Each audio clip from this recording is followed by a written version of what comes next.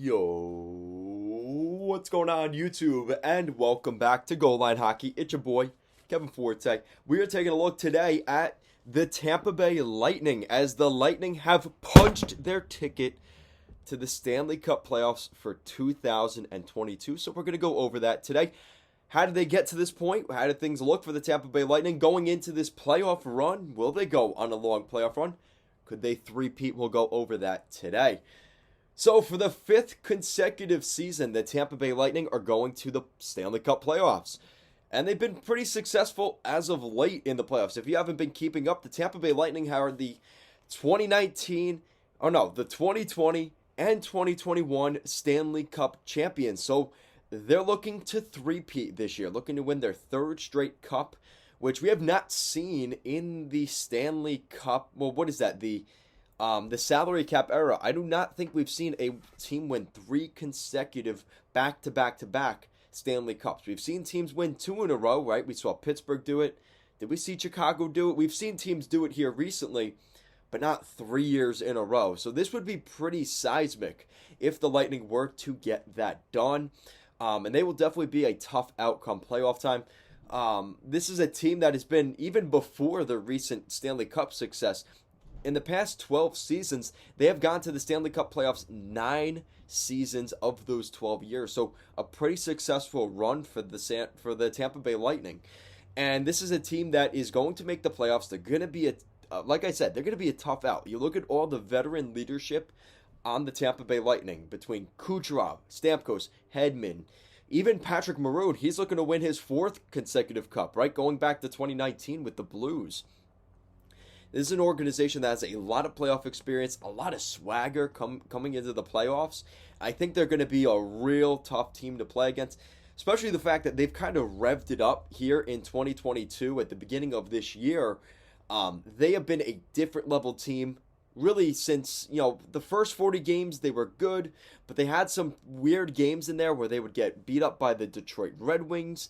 And there was just some weird, kind of funky stuff going on with the Lightning. That is kind of shifted now going into the new year. Vasilevsky's been very good. Their defense has been really solid, and they've scored important goals at important times. And you're looking at the Lightning saying, that's a really good hockey team right there. So you're looking right now, you look at even, I'm going back to this most recent game where they played the Anaheim Ducks. They were down 3-2 late in that game. They would come back to win that game. So that's the kind of stuff where you're seeing resiliency, games that they maybe shouldn't have won here, actually winning those games. Again, it's going to be tougher to come back in those games come playoffs, but they're finding ways to win hockey games, even games that they maybe shouldn't win in terms of deservedly, but they find a way to get the extra points. And that's really going to help in the mentality of this team going into the postseason. You look at their goals for this season, their stats in these categories aren't anything super special. They're 12th in the NHL, 243 goals for this season. So that's pretty good, pretty savvy there. Their goals against is kind of their bread and butter here. They're 7th in the NHL, 208 goals given up this season, and a lot of that has to do with their goaltending. Looking at their top point producer, it's far and away Steven Stamkos. He has 82 points this season, and the second guy on that list is Victor Hedman with 68, and the guy behind him is Braden Point with 55. So there's almost a 10-point gap between 1, 2, and 3 in terms of the top point producers this season for the Lightning. There's been a lot of changes to this organization. Brandon Hagel's come in. He hasn't necessarily performed, in terms of a lot of draft picks and prospects worthy. He's only got 3 goals in his first 14 games with the Lightning. Again, take with that what you will. But you're looking at guys like, Killorn, 54 points. Kucherov actually with 47. But again, he's played 39 games, so he's played less games, so less mileage on his body. That might actually help him come into the playoffs. Andre Palat's on the final year of his contract. Going into free agency this summer, he's going to want top dollar. He's going to be motivated for this year's playoffs. This is a good Tampa Bay Lightning team, and I haven't even talked about goaltending yet.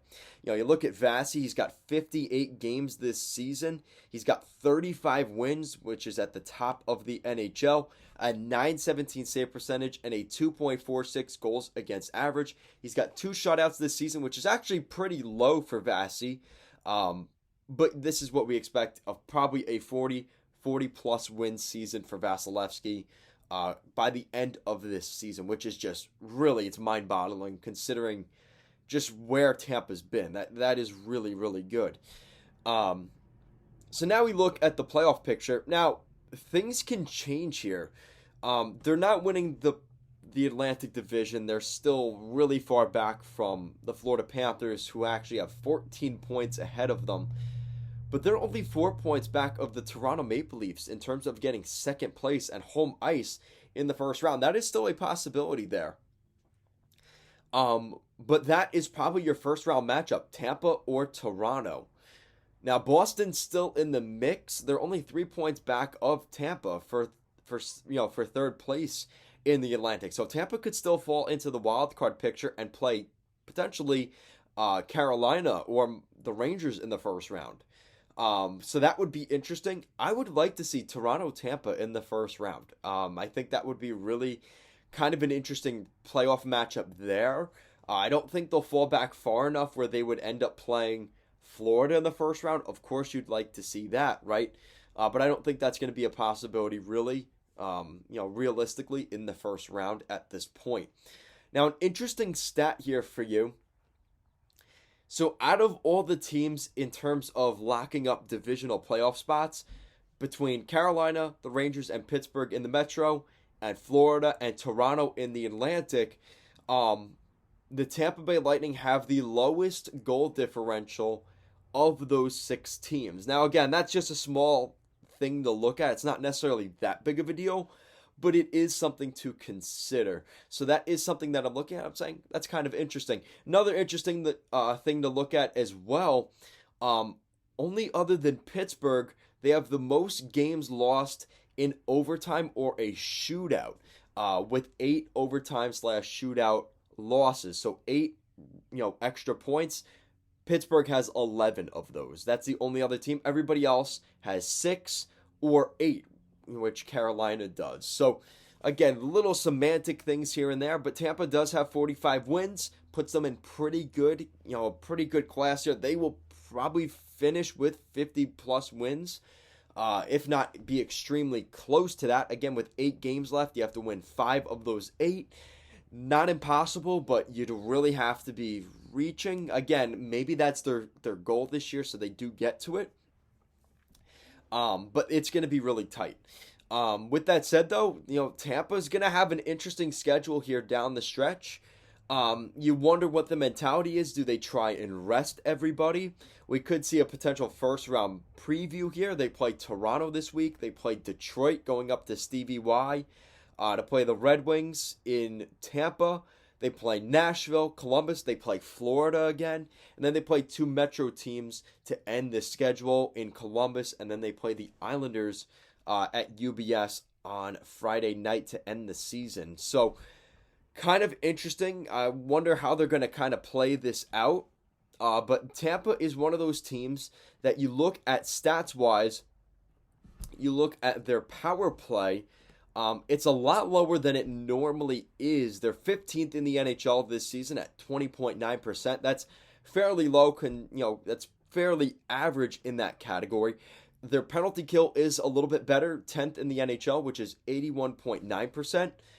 So again, slightly better in that category, but they don't rely on their special teams. And I think this is a team that is built for the postseason, with Pat Maroon, with guys like Hedman, Stamkos, Kucherov, Point, Killorn, Corey Perry. There's a lot of veteran leadership. Those guys have seen there. They've been there. They've done that in the playoffs.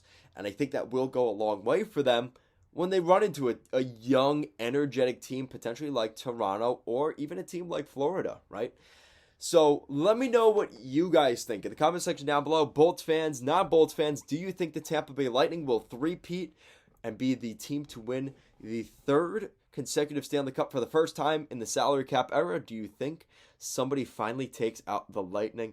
Guys, thank you so much for watching, and I will see you again next time.